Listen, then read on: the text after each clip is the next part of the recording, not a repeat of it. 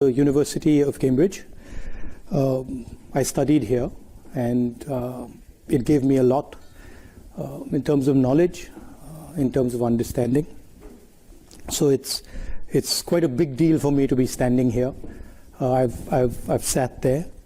I'd like to thank the Judge Business School, the Dean, the faculty and students, and I'd especially like to thank Professor Rao for having me here. I thought I would speak a little bit about India, about what is going on in India, and that's the Bharat Jodo bit. And then I would talk about two divergent perspectives on the planet, the American view of things, the Chinese view of things, and how those two are playing out. And then I'd conclude by placing some ideas on the table about how we can think about these two divergent forces. The central thread is about listening, and it's about listening at the individual level, but also listening politically at scale. So not just one person, but listening to millions and millions of people and understanding how they're feeling and how they're responding. Okay? And then also listening to different cultures which you are not maybe used to or I'm not used to, and trying to get a sense of how they're seeing the world, and trying to piece together where they're coming from. So the broad idea is one of listening. Different cultures listen differently. There's a very specific way in which the Indian culture listens, and so I'll be talking more about that. I see a friend of mine, a Sikh friend of mine. You'll sort of get a sense of what I'm talking about, and it's also about what is going on at the international level and the risks that are potentially in front of us. Okay, so we can start with the Bharat Jodo. Everybody knows, and it's been in the news a lot, that Indian democracy is under pressure, is under attack, right? I'm an opposition leader in India, and we are navigating that space. What's happening? The institutional framework, which is required for a democracy, parliament, the free press, the judiciary, just the idea of mobilization, just the idea of moving around, these are all getting constrained. So we are facing an attack on the basic structure of Indian democracy. In the Constitution, India is described as a union of states, and that union requires a negotiation, requires a conversation. So it's slightly different than other countries. You can think about it much more at the scale of Europe, right? Multiple different states, much bigger than Europe, requiring a conversation and a negotiation to actually move forward.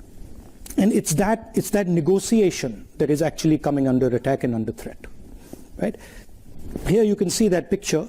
That picture is taken in front of Parliament House, and that's where a whole bunch of opposition members of Parliament were just standing there talking about certain issues, and we were just locked up and put in jail.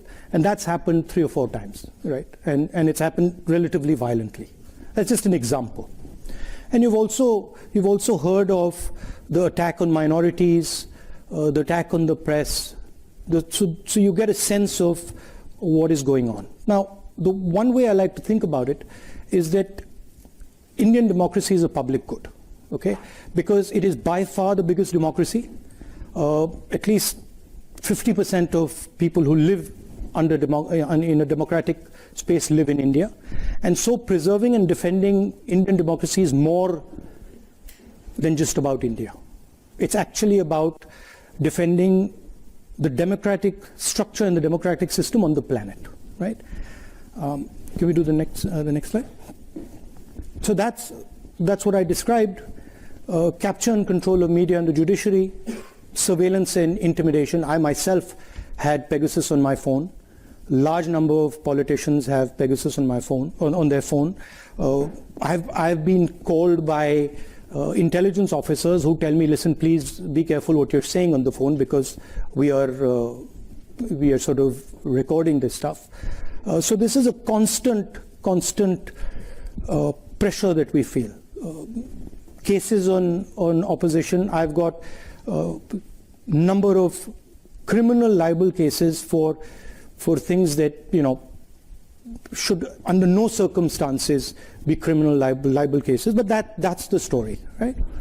And that's what we are trying to defend. What we found as the opposition was that it's very difficult to communicate with people when you have this type of an assault on the media, on the democratic architecture. Can you go to the next slide?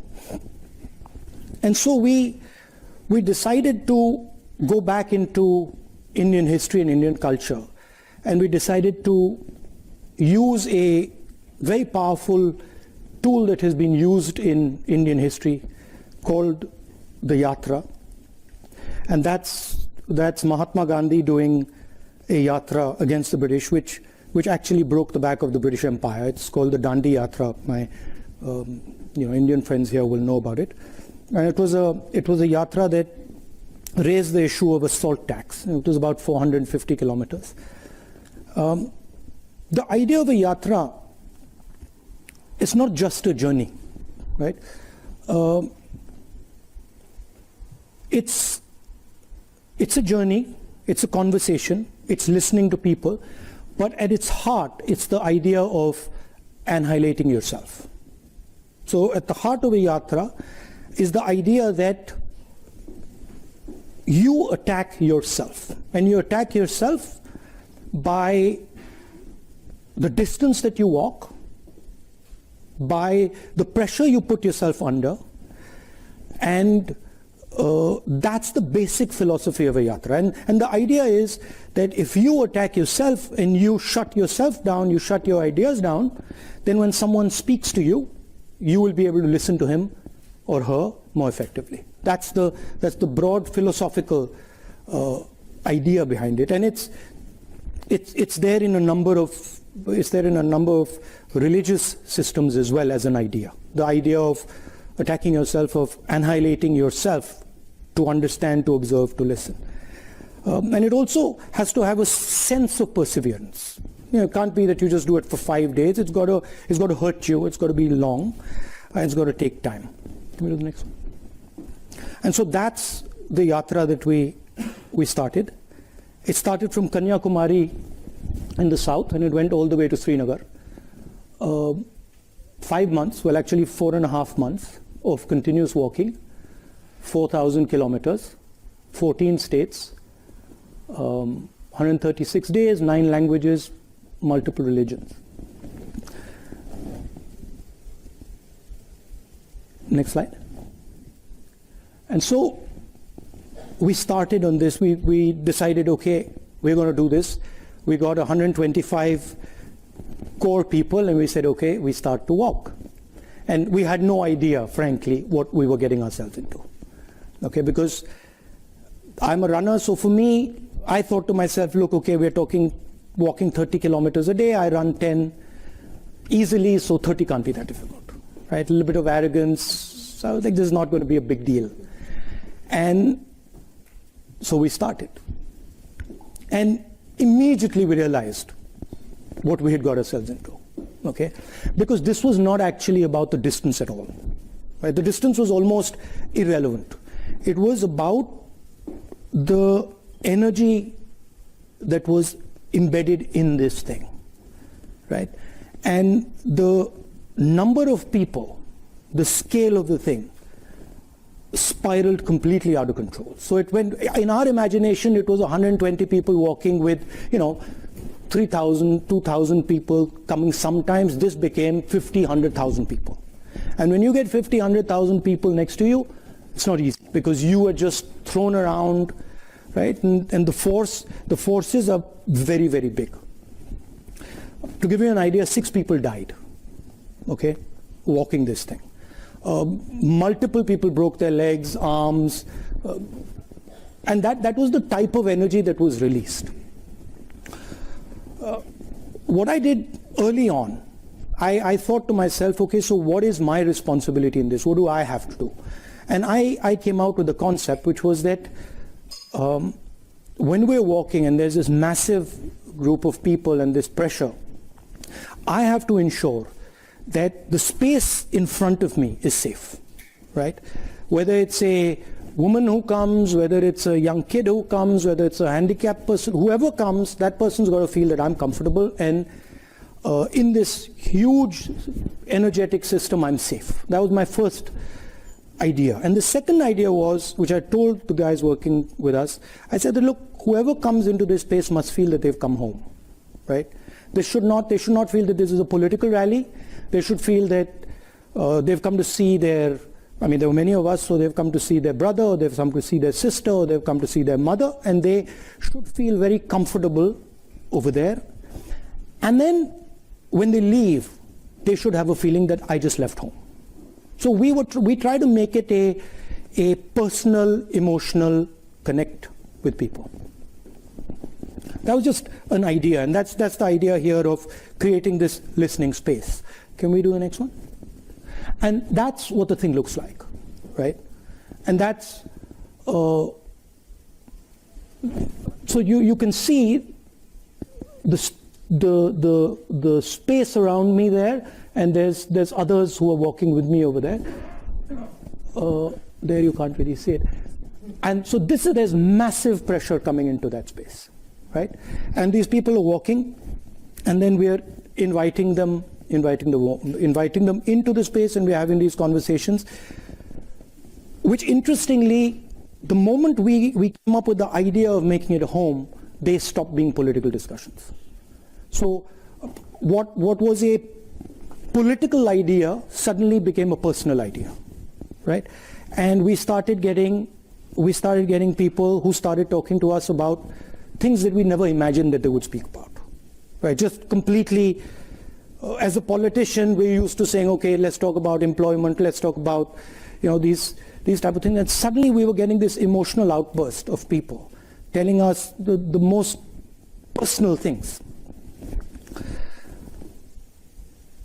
When you meet somebody, especially when you're a politician, the first thing you're trying to do is you're trying to tell them that you understand their situation, right? And even in business, that's the first thing you're trying to say. Look, I know what your problem is. I know how to solve your problem. That's the starting point. So when I began, that was my idea. Somebody had come to me and I'm a farmer. Oh yeah, your problem is, with the seeds, and your problem is, the fact that you're not getting your insurance money, etc. These type of things. And very quickly that just stopped, because the number of people that we were dealing was just too much. And the pain, then what also started to happen was my knee started to give me trouble. I had an old injury in college which had gone away, and then suddenly that thing started up, right? So in my mind, I was like, okay, I got to make sure that this is under control, and frankly, there's not much I can say now. And I just got to listen to everybody. And so what slowly started to happen is that my desire to speak just started to die, right?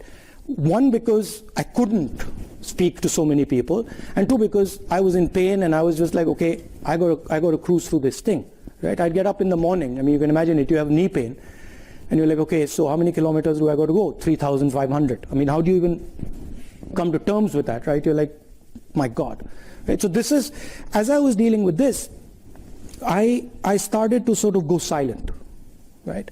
And so I would speak to somebody. It would be as if I was like a dark lake. I'd just be sitting there and silently, and the person would be speaking to me. And slowly I started to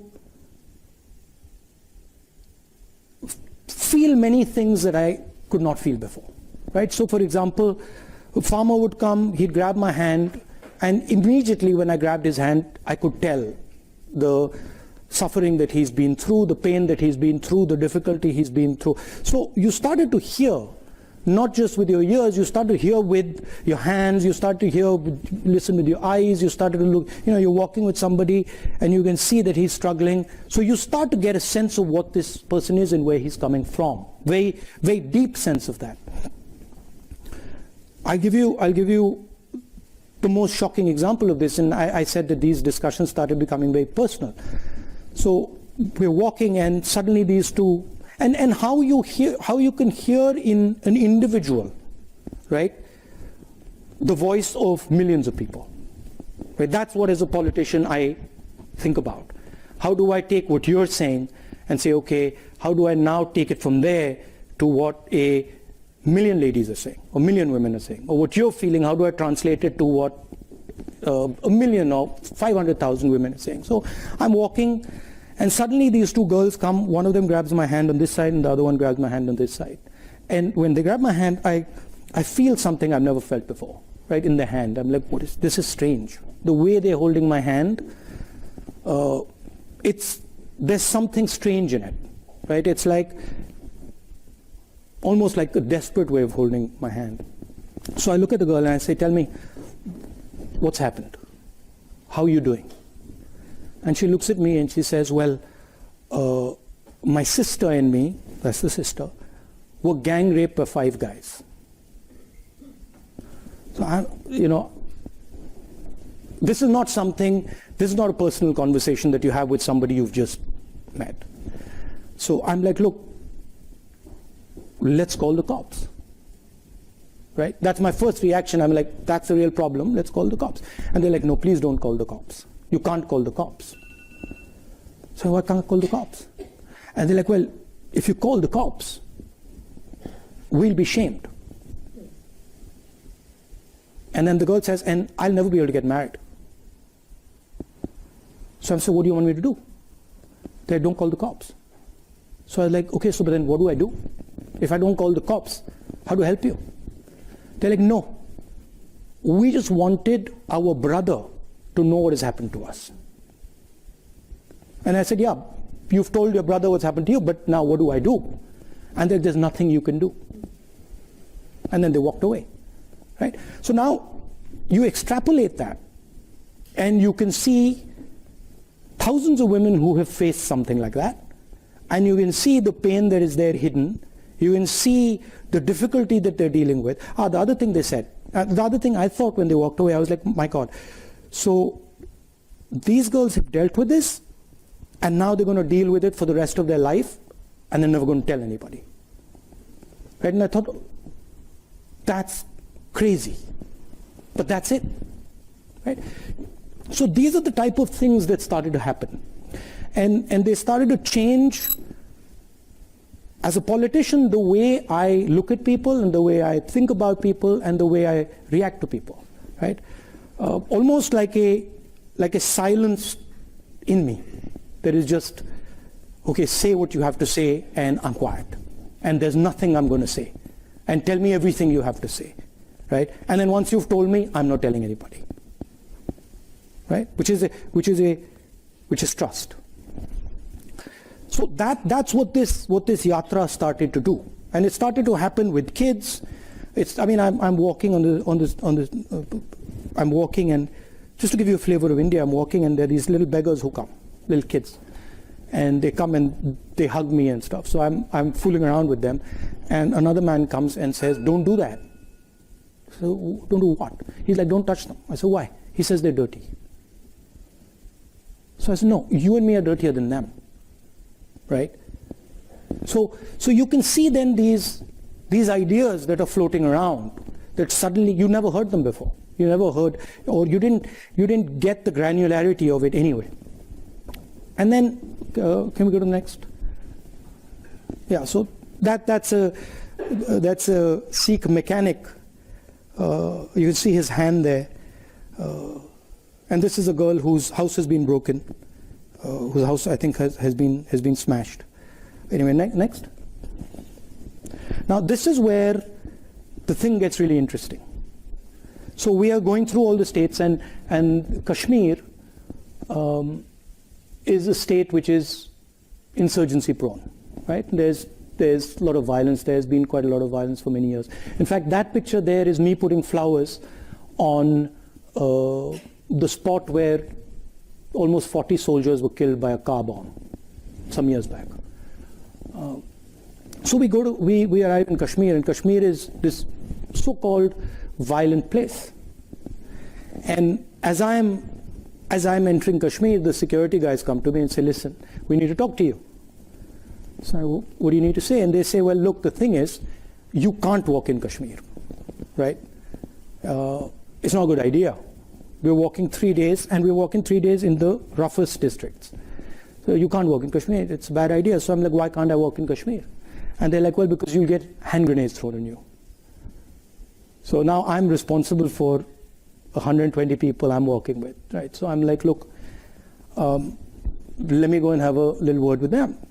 And so I go and have a little word with them and say, look, they're telling us they're going to get hand grenades thrown at us. And they're like, okay. And I was like, frankly, I want to walk. I mean, if we get hand grenades, we get hand grenades. So they're like, yeah, we should all walk. And so we decided we're going to walk. And we start to walk. And suddenly what starts to happen is these Indian flags start coming everywhere, right? Everywhere, they just start coming out, right? The first day we're told about 2,000 people are going to show up, and 40,000 people show up, right? And that thing over there, where I'm sitting on that jeep, is because the police and security system just been overloaded, and it's collapsed, right? Because they can't manage the crowd. And if you look carefully, you'll see the panic on the security people's faces. Anyway, they pull us out of that and say, this just doesn't work. We can't go through this in this manner. And then the next day they set it up properly, and then we go through. That's us entering Kashmir where the mountains are. That's on the first day. And then the really interesting thing happens. So we've been told we're going to be killed. We're walking, and people are coming, and then one guy looks at me and he says, call me. So I'm like, come.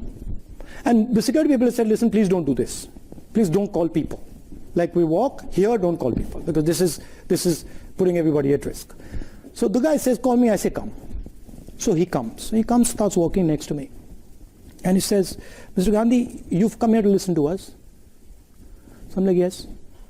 So he's like, that's interesting. He's like, you really come here to listen to us? And I'm like, yes. So he's like, good. And then he says, you see those guys over there? And we're walking.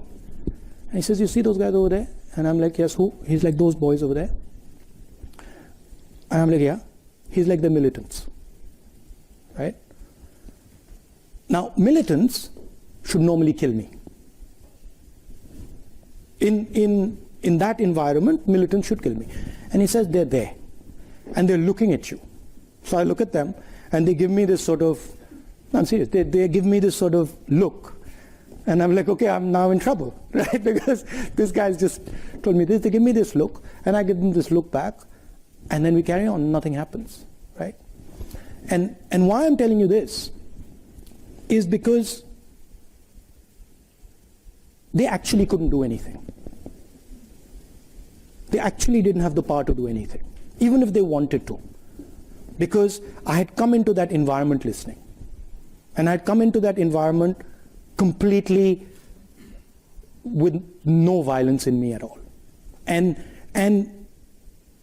the vast number of people there were seeing that. Right? So that to me was an indicator of the power of listening and nonviolence. Now, what did we hear in India? The main thing. We heard that, and this you don't hear in the media. In the media you have a completely different discourse going on. You have Bollywood, you have cricket, you have all sorts of other stuff. What we heard in India is, the main thing we heard is unemployment. That India is simply not producing the jobs its youngsters need, period, the end. And that's everybody, all the young people, okay? So I want to leave you with that. Now let's go to the next. So now let's move to the two divergent ideas that are there are many ideas, but the two that are big and the two that are powerful and playing out, the idea of the United States and the idea of China. And we know that the United States is the dominant superpower, global superpower, and it's had a record since the 1940s of enabling large amount of prosperity and growth. Okay, and it's done that in a democratic environment. It used to produce, and it used to produce in a democratic framework, and that's quite an important thing in my view. The history of the United States, everybody knows. People went from Europe, people went from England because they were persecuted. So the idea of individual freedom is very, very deep in America. And the Americans, at least with their citizens, will protect that idea very firmly and very strongly. Right? And the other idea that's central to America is the idea of openness, the idea that anybody can come into America and anybody can dream the American dream. I was educated there, and I remember being surprised at how open it was. I'll give you an anecdote. My father had just died, and I had been killed, and I was in America in college, and I was a bit upset. So my guardian told me to come from Boston to Atlanta, and I remember 3 or 4 in the morning. I got up, took the cab to Logan Airport, and there was a Haitian taxi driver, and I started talking to him, and he said, you know, America's given me my life. America has given me everything I have. I had nothing in Haiti, and I came here, and they love me, and they treat me with respect, and I'm part of the American dream. And then I walked out to on the curb, and as I was walking out, I pulled my suitcase out, and there was a guy standing there, and he had these suitcases in front of him. So he said, which airline are you flying? And I was a bit suspicious. I was like, why is this stranger asking me which airline am I flying? And anyway, I hesitated, and I told him, and he said, oh, you can do curbside check-in. And I'm like, what's that? And he's like, well, you can just leave your bags here. Now for me, this was just like a mind-blowing idea, right? Like, I leave my bags here? Okay. So I was like, no. He's like, no, you can leave your bags here. So I was like, okay, so who are you? And so he pulls out his airline ID. And I'm like, okay, that's interesting. And I leave the bags. And then I walk off, I remember asking myself, when are these guys going to check my ID? Right, I had a passport and my college ID, and when are they going to check my ID? And they didn't check my ID. They didn't check my ID right into the plane. This was pre 9/11, so maybe a lot of you guys don't remember this, who haven't felt this, but I was like, what's going on, right? And why are these guys not checking this ID in my own country? They check my ID, right? They'll ask me for the passport immediately, and here they're not. What is going on? And I remember sitting on the plane saying, my God, this is an amazing place. I've come here a few months ago, and they've let me through the airport. They've not checked me, and they trust me. They believe in me, right? And to me, those two ideas are the core of the idea of America. They will make you feel comfortable, and they will protect you. Okay, in America. In America, not outside America often. Okay, outside America they can do bad things to you sometimes, but in America they will protect you. Okay, and to me that's the central idea of the United States, and it's a very powerful idea, and it's been successful, and it's basically built a superpower.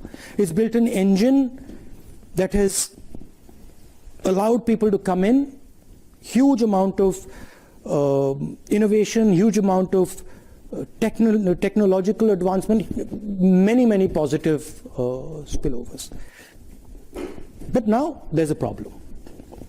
And in my view, there's two problems. One problem is that post 9/11, that that idea that anybody could just walk into America has been challenged, questioned. It's been questioned directly by bin Laden, by putting planes into the World Trade Center, by generating huge amount of anger and fear, and that has had a result. The Americans are absolutely correctly, they're concerned about people who come in, about what they might do, and you can see that with the whole Homeland Security, the X-ray machines at the airport, all that going on. That's basically the idea that you can't just come into America like you used to. Okay, so that's one big change that's taken place. And the second really big change that's taken place is that what used to be the strength of the United States, the idea of production in America, the idea of manufacturing in America, has simply left. It's just gone away from America, it's gone somewhere else. Where's it gone? Can you do the next slide? Where's it gone? It's gone here, right? And it's gone to the aspiring global superpower, which today dominates production. Okay? Now, I've read quite a lot about the Chinese. I've studied them. I've spoken to senior leaders. I've spoken to people who think about China. I'm not an expert, but I have a decent understanding. Okay? So bear that in mind. Now, the way the Americans value individual liberty, the Chinese value harmony. They are not, individual liberty is not central to their idea.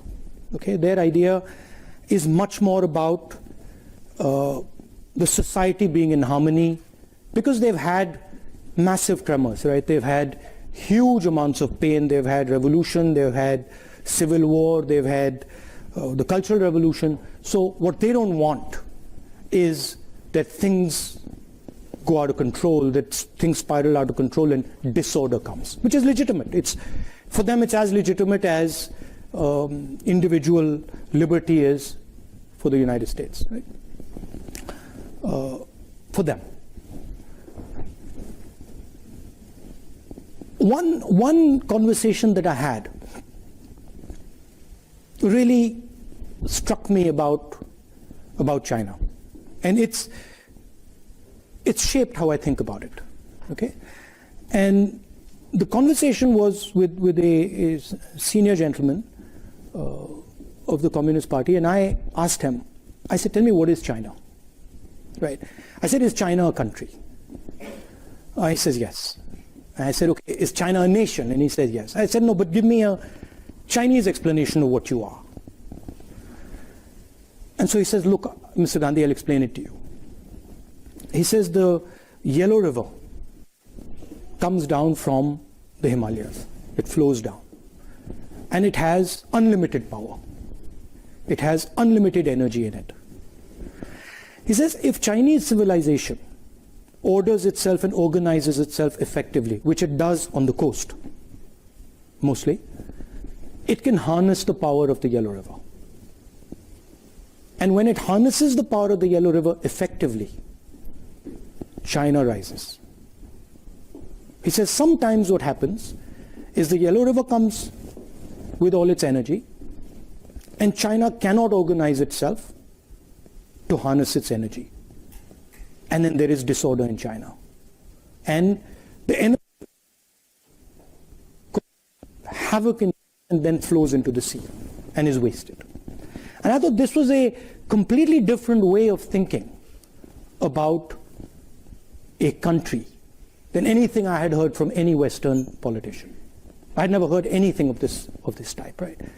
If you ask American politicians what is America, it's land of the free, right?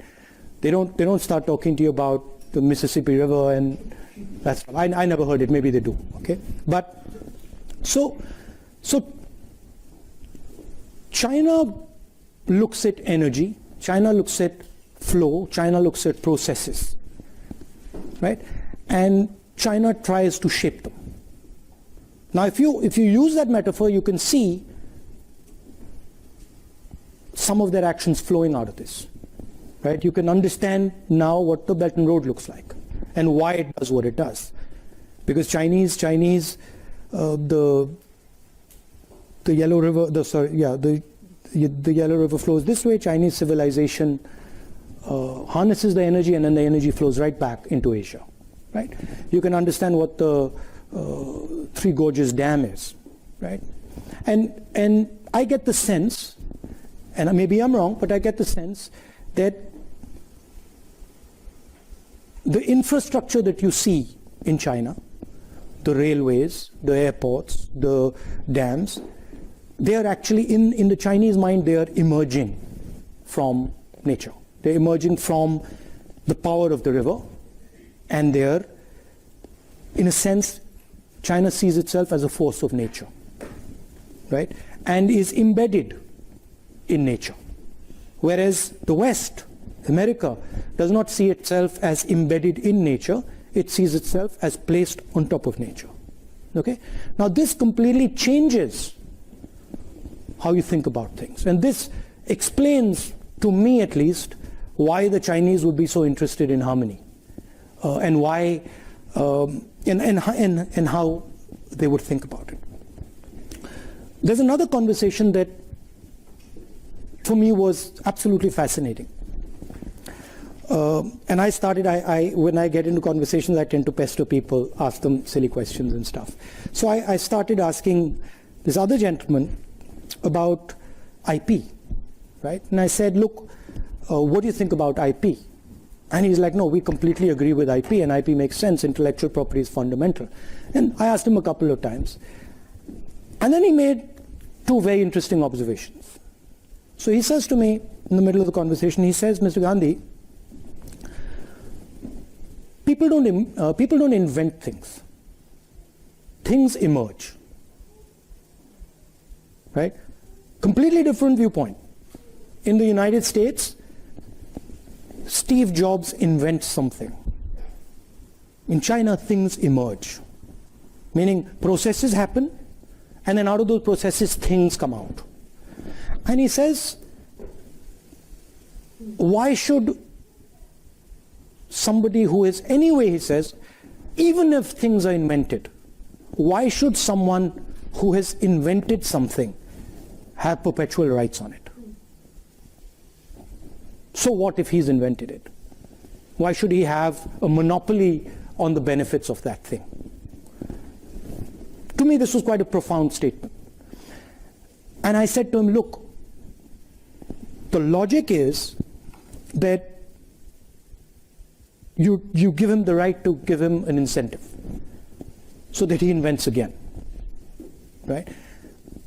I said, how do you think about incentives? He says, well, very simple. The person who runs fastest wins, right? We don't really care if he invented it. If he can run fast enough and other people can't catch up with him, that's good enough incentive for him, right? So here you see two completely different ideas. One, that they're a force of nature, and two, powerful ideas, as powerful as American ideas for them, right? And two, that people are not actually inventing things, processes, energy, things are emerging from processes and energy. Okay? And this makes their worldview completely different. One last thing. The organizing principle of the United States, and something that you're very, very intimately associated with, is the corporation. Your lives will all be about corporation, or most of them will be about corporations and sales and marketing and elements of a corporation. And that's how America organizes itself. And I think embedded in this is the central innovation of the Chinese. Pre-collapse of the Soviet Union, there were two organizational systems on the planet, broadly. There was the American system, Western system with the corporation, and there was the Soviet system, and in those days the Chinese system with the state. State did what the corporation does. And Post the collapse of the Soviet Union, can we go ahead? Is that no, I think they removed that quote. Post the collapse of the Soviet Union, the Chinese did something very innovative. And if you've heard the quote, you might have heard a quote by Deng Xiaoping saying that it doesn't matter the color of the cat as long as it can catch the mouse. Have you heard that quote? Yeah. So I think what he was saying in that quote was that actually we will organize ourselves using the cooperation, just like the West, right? But we will do one further thing. Inside the cooperation, we will embed the Communist Party. So it's a hybrid. It is exactly like the United States as far as the cooperation is concerned, and then it's got a magic trick in it, which is that inside the cooperation is what they call the instrument of the people, what we call the Communist Party of China, right? And this does something fundamental.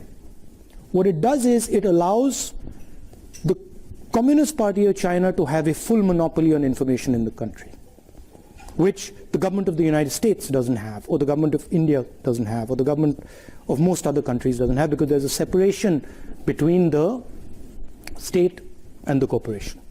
And this gives them a huge advantage in artificial intelligence. It gives them a huge advantage in all sorts of, in cyber warfare, etc., etc. I'm just placing that on the table. So those are the two broad ideas. One is a maritime idea. The other is projecting right through Asia, the Belt and Road. And the contest is basically, is the planet going to be terrestrial? Is it going to remain maritime? What's going to be the balance? And China sees itself as dominating the terrestrial space and contesting the maritime space. That's how it's playing out. Now, to the conclusion. So a couple of things are very clear. The first thing is that there's a huge communication gap between what people are saying and what the media and vested interests are saying. It's just completely divergent, right? And that's a huge problem, because at least in our country, and I'm sure in the West, there's a disconnect between what people are actually feeling and what the media is saying they're feeling. Okay, that's a problem. Second thing, everybody knows that huge amount of inequality is being created, at least in the Western world and in India. A huge, massive concentration of wealth, massive concentration of income, in India, unemployment. So the worst thing that can happen is these two ideas collide with each other, right? Because then everybody's in trouble. And that's something that is not in anybody's interest, right? These ideas have their place. They're not going away anytime soon. But if they collide, it's a huge catastrophe. Can we have the next slide? So there are two things that to me are quite obvious. Number one, that with the technological advances that are taking place, with the communication system, the fact that the world is getting hyper-connected, the planet is basically becoming like an organism, like a connected organism with a nervous system, right? And that means things will move very, very fast. I mean, I don't want to use a bad analogy, but cyanide kills you in seconds because it uses your nervous system, right? And it kills you with almost no energy. It requires very little energy to completely wipe you out. So that's the space we're heading, where things will move very, very quickly and they will infect everything very fast, right? So the first thing we have to think about is the need for a global immune system that listens very fast to escalation that is uncontrolled. And Ukraine would be an example, right? We're sitting here, Ukraine just keeps escalating. Nobody actually knows where it's going to end. So those, in a hyper-connected world, that's a very dangerous thing. And you need institutions and you need thinking that says, okay, these are the type of things that we tamp down immediately. So that's one idea. And the second idea, which I think is fundamental and goes back to the point I raised about India being a public good and being the biggest democracy in the world, we simply cannot afford a planet that doesn't produce under democratic conditions. Okay? Because if democracies do not start producing again, right, they will not survive. Because the tensions that will arise inside the democracy, the inequality that will arise, the anger that will arise will just collapse the democracy. So what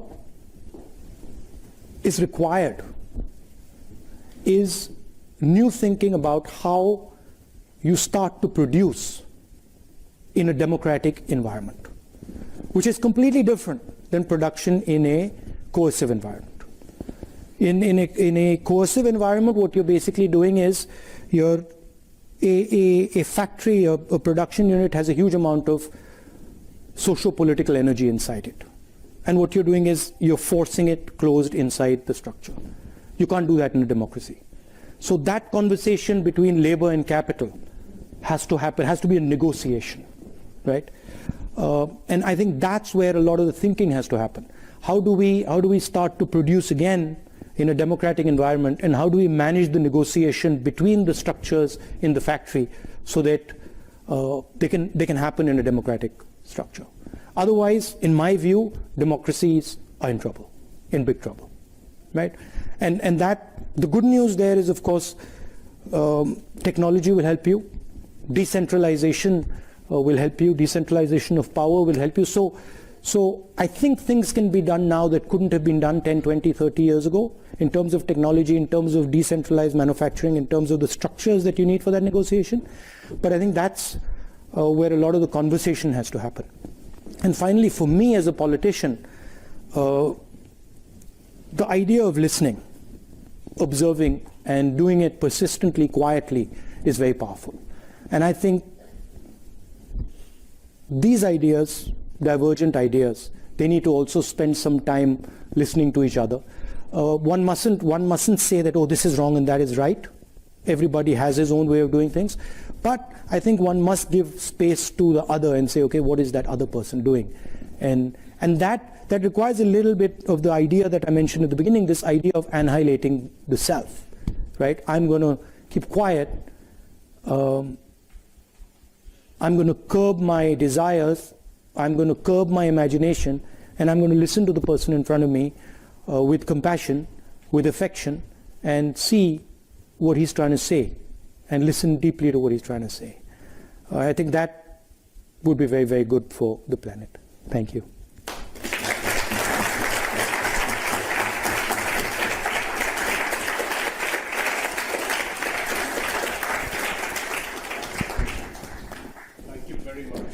Thank you. Profound, yes. I mean, I think we are still thinking about the ideas. Thank you. Thrown at us. Do we have any time for questions? Did I overshoot? Yes. Okay. All right. Thank you. Questions? No, we got some questions from the audience already. All right. All right. First question is, what are your thoughts on the rising power of the right wing in India? Its control of key institutions like the media and the judiciary. So when you look at these things seriously, you have to go past the idea of the right wing, and you have to go into what are the forces behind that structure, right? So what is causing that sort of change? Number one, massive concentration of wealth in few people's hands. Number two, complete control of the media as a result of the concentration of wealth. And number three, the lack of production in India, right? So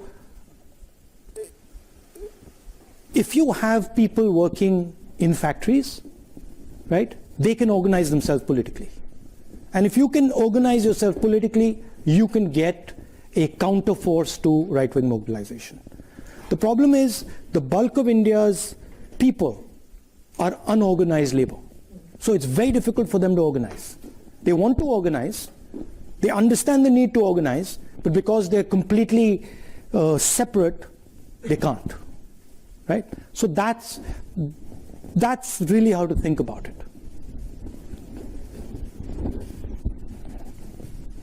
The next question is from Maple. How will you heal what is a highly divisive and polarized India? What would you say to the voters of the opposing party to help bridge differences? Opposing party, you mean the people in power? I mean, I can say a lot, they don't listen. I can keep saying it, they don't listen. So, I think, can you show me that picture of the large crowd there? Not that one. That's a different type of crowd. That's a different type of crowd.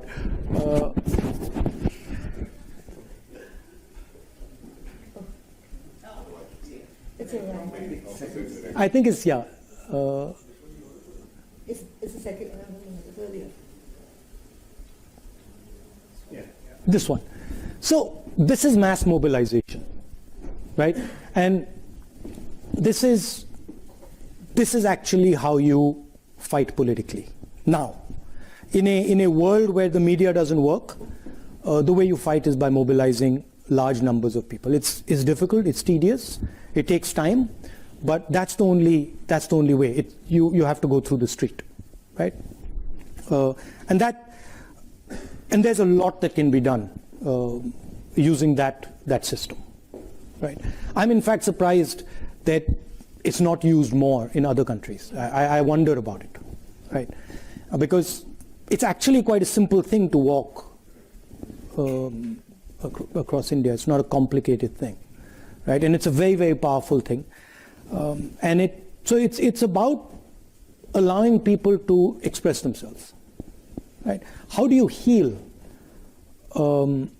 I think this is healing.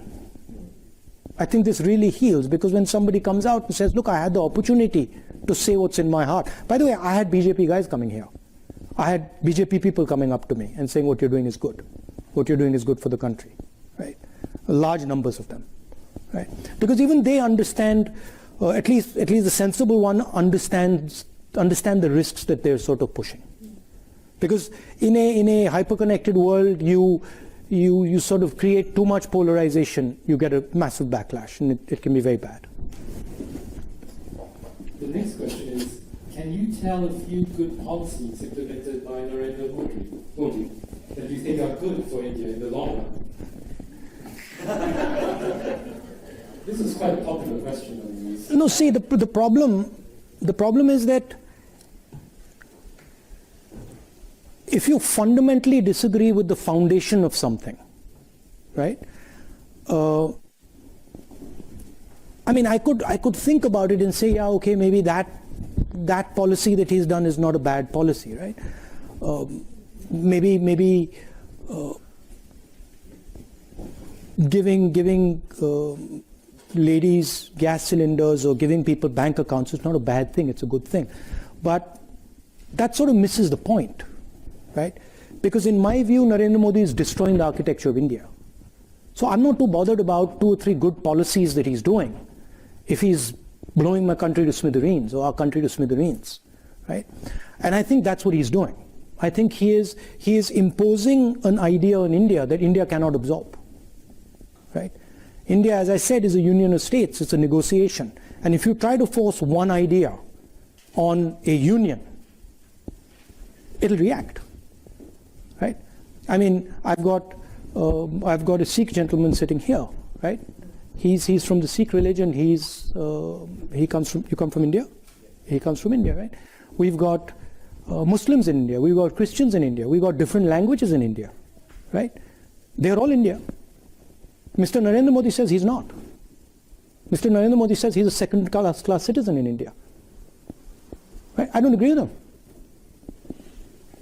Now, if your disagreement is so fundamental, then really talking about 3 policies that you agree with, I think misses the point. Wilson Ho asks, how do you understand what India's place in the world is? How do I understand what India's place in the world is?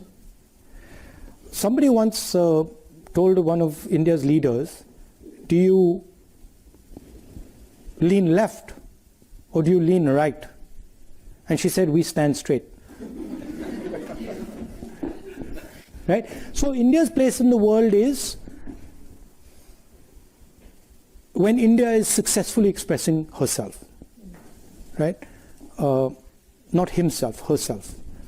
Because I believe that India has a feminine essence, a feminine quality. And so when India is expressing herself freely, and all the people of India are expressing themselves freely, then naturally what India does is correct. Dr. Moa asks, how do you reconcile the burden and responsibility of being part of such a famous political family, making your work connected but still retain a sense of self? No, I come from a philosophy in India that aims at destroying the self. So that's just the political philosophy I come from. I mean, that's a sort of more nuanced point and a sort of nuanced question. I fight for an idea, right? And I'm not too bothered about where I come from, who I am, who my father is, grandmother. I don't care. I think that there are certain ideas that need defending, and I defend them. And I try to think deeply about what is happening. I try to be compassionate. I try to understand other people's perspectives, but then I defend the ideas I believe in. Siddharth asks, India has always experienced brain drain and lost great talent to the West. How does it provide opportunities for corporates, business, etc.? I think that in the 21st century, the idea of brain drain is outdated. Because would Bangalore have happened if brain drain didn't happen? I don't think so. Because the people who created Bangalore first left India and went to America, and then went back to Bangalore. So the question is not about brain drain. The question is, are you able to create the conditions in India that brings people back? Are you? And this is something I think the Americans used to do very, very well, right? People don't just go to America because it's a nice place. People go to America because it allows you to fulfill used to allow you to fulfill your dreams, included you, embraced you. So those are the type of values that make people go to places. And if India does that, and if India is open to people and is easy to work in, people go back. I mean, I do believe that it's very important that Indians go out and learn about the rest of the world. I think it would be a disaster if India suddenly said, look, we don't want to go out at all, and we don't want to learn anything, we just want to learn back home. I think it would be a disaster. So I think the idea, I mean, what you're doing is a very powerful thing. You're going to see a different culture, you're meeting other people who have completely different ideas, and then you take some of these home. So I think that's a good thing. I think this is the last question. So Hamandir asks, Hamandir comes from Punjab, which is facing rapidly dropping groundwater levels and high unemployment. What's your vision on tackling these issues? On groundwater? Groundwater. I mean, that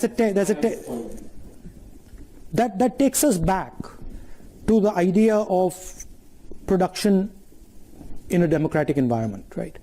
And production in a democratic environment is much more complex than production in a coercive environment. Because essentially in the coercive environment, you're not allowing the negotiation. You're shutting the negotiation down, right? I mean, with all due respect, the PLA takes care of the negotiation in China, right? Of the social pressure of the factory. The social pressure of the factory is taken care of by the PLA. Now, if you have such a force that takes care of the production negotiation, that force is going to control your government, right? So if any country decides that, look, what we're going to do is we're going to coercively control manufacturing, well, it won't be a democracy. Because the people who will coercively control it will take over the country. Right? So, production in a democratic environment is difficult. It's not easy. It's been done. The Germans do it very well. Other countries, the Koreans do it, the Japanese used to do it, America used to do it very well. Right? But it needs a new imagination. It needs, you get many benefits from democracy that you don't get from coercive sort of manufacturing, right? Now, can we construct a system where you can actually manage that negotiation effectively and have large-scale production, maybe decentralized in the democratic world? I think you can do it. And I think, frankly, one of the reasons I'm saying this, I think India is the prime place to do it. It is the best place on the planet to attempt it.